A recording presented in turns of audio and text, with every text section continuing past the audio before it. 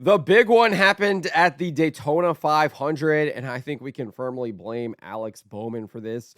The racing had definitely ramped up. The aggressiveness had ramped up. Drivers were making their moves. We were about 10 laps to go. We were seeing some excellent driving by Ross Chastain, Joey Logano, and Brad Keselowski. They were really making some moves, trying to position themselves for those final laps. Ryan Blaney, I think Martin Truex Jr. were also doing a really good job ensuring that they were able to make those aggressive moves by being able to kind of check up when they needed to and reacting to the moves that those guys were making.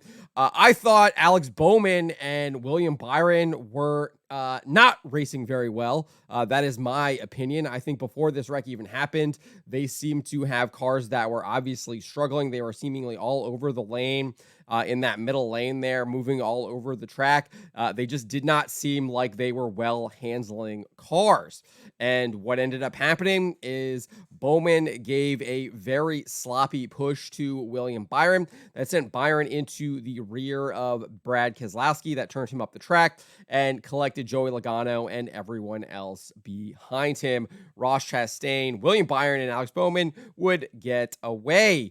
No, not sure who else got away. We'll have to find out, but pretty much the entire field was wrecked. So before we get to this, I'd like to ask you, please hit that subscribe button, hit that bell for notifications so you don't miss any of our future videos here at John Trent Racing. Let's get into this here. Here is one of the replays from NASCAR on Fox. Let's take a look. You can see Byron is in that white car. He gets a big push from Bowman.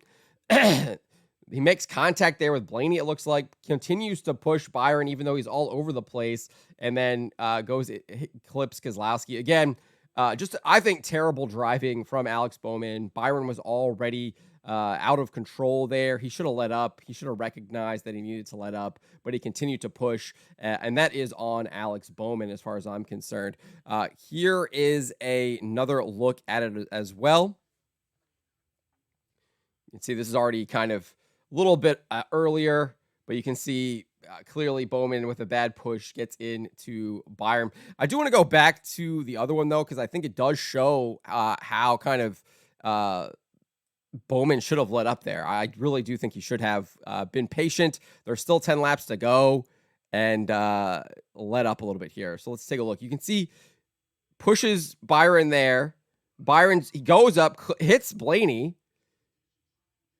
pushes Byron again. Byron's all over, and he continues to push him and then sends him down. I think once he hit Blaney, he should have let up. I mean, he was already, he had already lost control, I felt like, at that point, and then instead he just continued to push.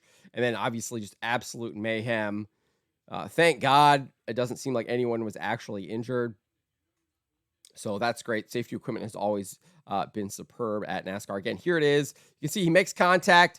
He then looks like he hits Blaney. Not sure because he does kind of turn the car down to the left a little bit, but he just continues to push Byron, and you can tell he wasn't straight on him. He had already lost it, and it's just, this is what happens at Daytona. You know to be expected, but I definitely feel like you can put the blame firmly on Alex Bowman right there. Continue to push when he probably should have let up.